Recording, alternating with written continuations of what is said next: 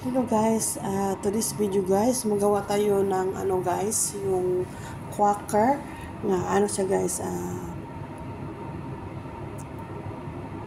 quaker nga guys nga guys, yung arroz caldo guys, arroz caldo quakers. Mauna guys, nagawa tayo ng sibuyas, naglagay tayo olive oil, sibuyas, naglagay tayo ng garlic, yan, sama-sama natin guys. Garlic, lagay tayong garlic guys.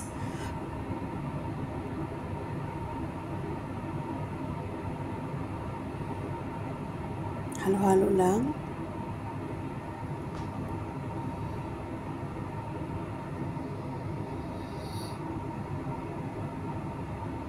Lagay tayong chicken guys. Madali na itong gagawin guys. Parang gumagawa ka yung arroz caldo siya nga rice. Kasi ang rice naman kasi guys, di ba ginigisa, ganyan din siya. Kaya lang, pinapakulo pa yung rice. Ito guys, ang arroz caldo, yung quaker, hindi lang siya guys. Kasi madali naman ito ang quaker guys. Nag-add tayo ng black pepper. Nag-add tayo ng asin. Yan na guys. At saka mag-add tayo ng 1 cubes of chicken cubes. Yan. Halo-halo lang. Hanggang may sa tubig yan. Nalagay tayo tubig guys. Yan. Depende guys kung gaano kadami ang quaker, kung hindi kadami ang tubig lalagay nyo din. Halo-halo lang. Yan na siya guys. Halo-halo lang.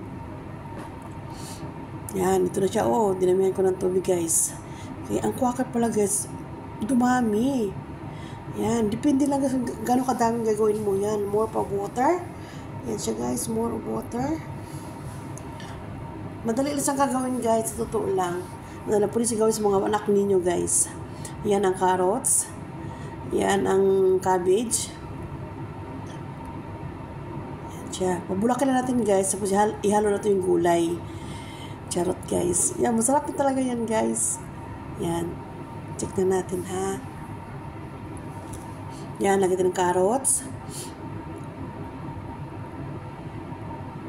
Kasi mga bata guys, di ka mahilig kumuha ka lang arroz caldo ganyan. Quaker lang guys.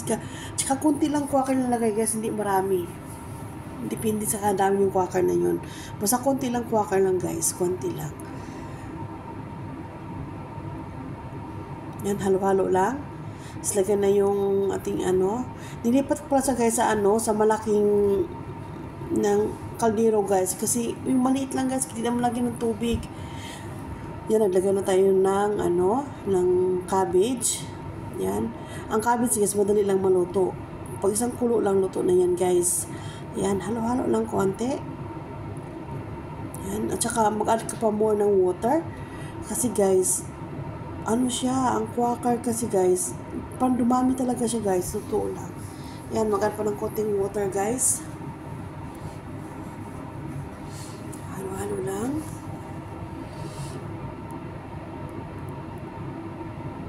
Yan, kada ko ng water guys. Yan, ilagay natin yung onion leaves guys. O yan o. Ayan, pan-decoration lang siya guys. Halo lang ng konti, tapos napatayin mo na yung apoy guys. Yan, madali lang yan. Yan lang. Halo lang ng konti. Luto na yan siya guys. At itikman na natin. Sarap yan guys. Totoo lang guys. Para siyang soup. Basta masarap siya guys. Pwede pang ulam sa kanin, pwede. Kasi without rice naman siya guys, i-quaker lang guys. Yan. Kunti na lang guys, makakain na tayo. Ang sarap niyan. Yan. Yan. Sarap guys.